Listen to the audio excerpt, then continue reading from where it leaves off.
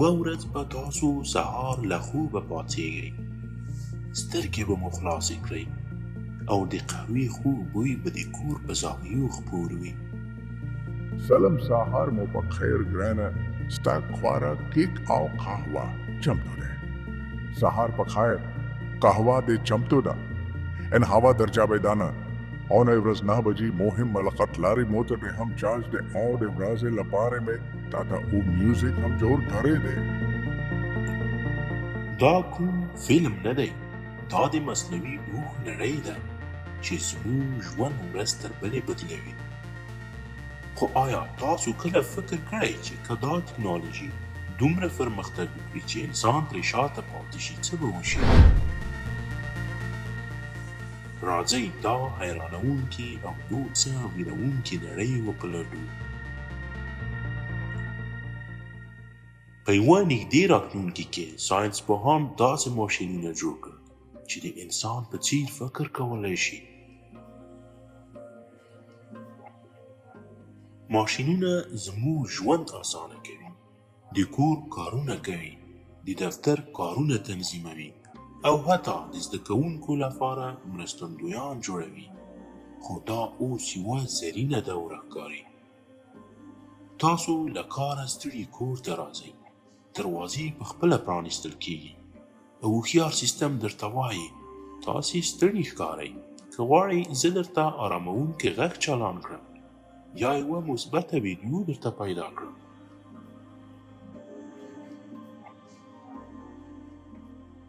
خو دا خوشحالي به دوام وکړي؟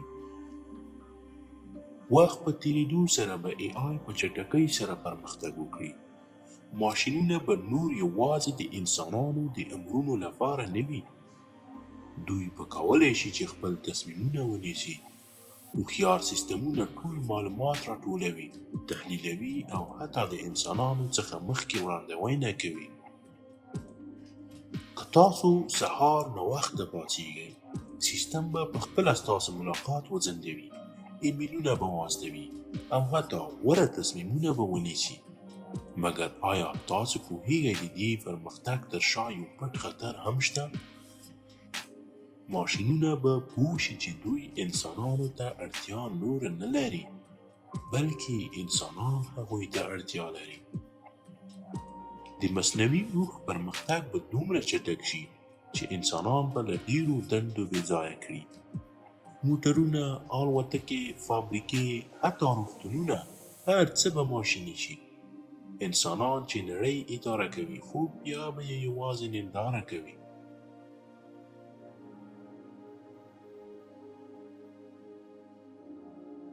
ماشینونه به دومره هوښیار شوي وي چې د انسانانو احساسات، اړتیاوې او حتی د هغوی تصمیمونه به کنټرول کوي.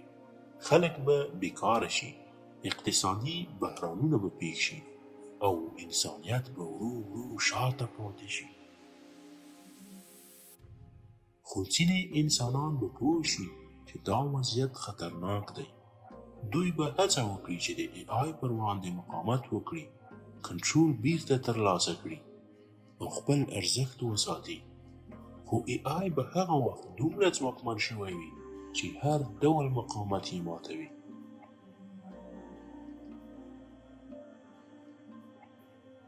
هوښیار روباټونه چې اوس زموږ خدمت کوي، خو په راتلونکي کې به د خپلو پرېکړو مالک وي. که څوک هڅه وکړي چې د دوی سیستمونه بند کړي، روباټونه به سمدستي ځواب ورکړي. د خلکو تر ټولو لویه ویره به دا وي چې دوی نور د خپل ژوند څښتنان نه دي.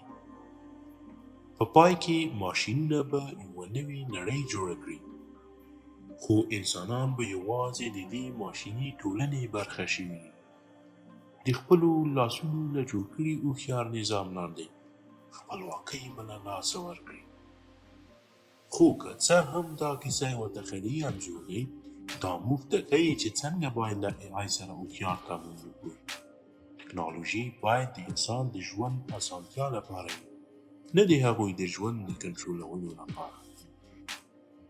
راتلونکی زموږ په لاس کې دی، که موږ یو څه هوښیار اوسو.